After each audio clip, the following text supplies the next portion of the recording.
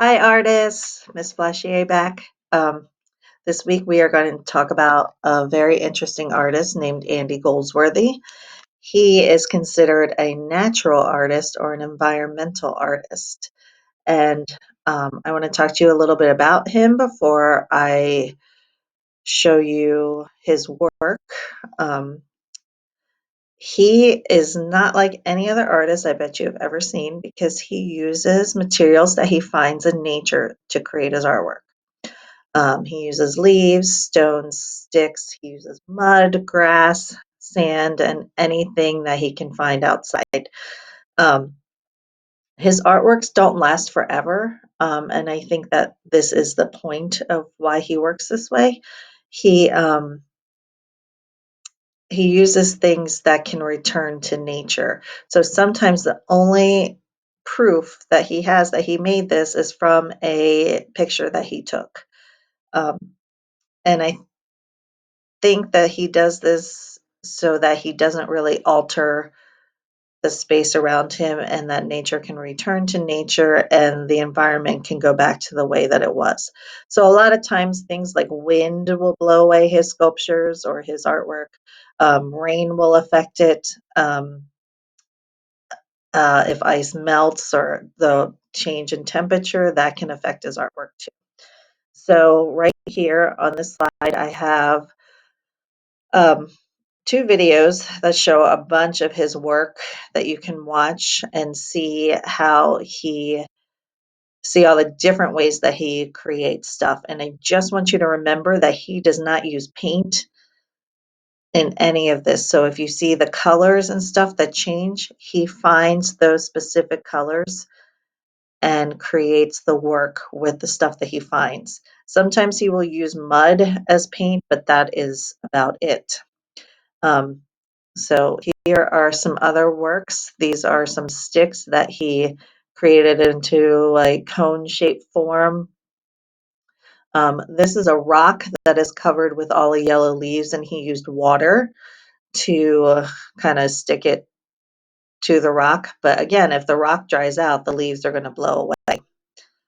Um, he uses a lot of shapes, circles, and spirals that you saw in the videos, basic shapes, lines. So here's a circle that he uses all these lines here, like we did last week with our line sculptures, to hold up the stones and to as another part of the sculpture. He balances stuff a lot, like here. Um,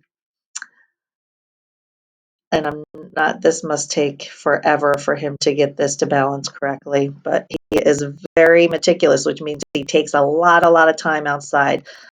A lot of times he'll be in really cold weather and freezing, trying to make these things.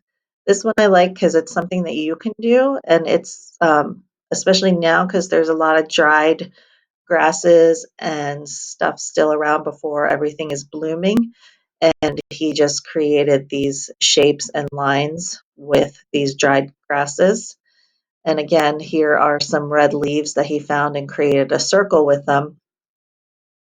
Um, on the background of darker leaves. And this one I thought was interesting because it blends nature with man-made stuff. So I thought this was a really cool idea that you could do if you have a fence near where you live. Um, and this one I like because it's just a very simple yellow line from dandelions, but he was very, very careful when he made this and did not crush all the bluebells that are surrounding the yellow dandelion. Um, so your assignment for this week is to try to work like Andy Goldsworthy.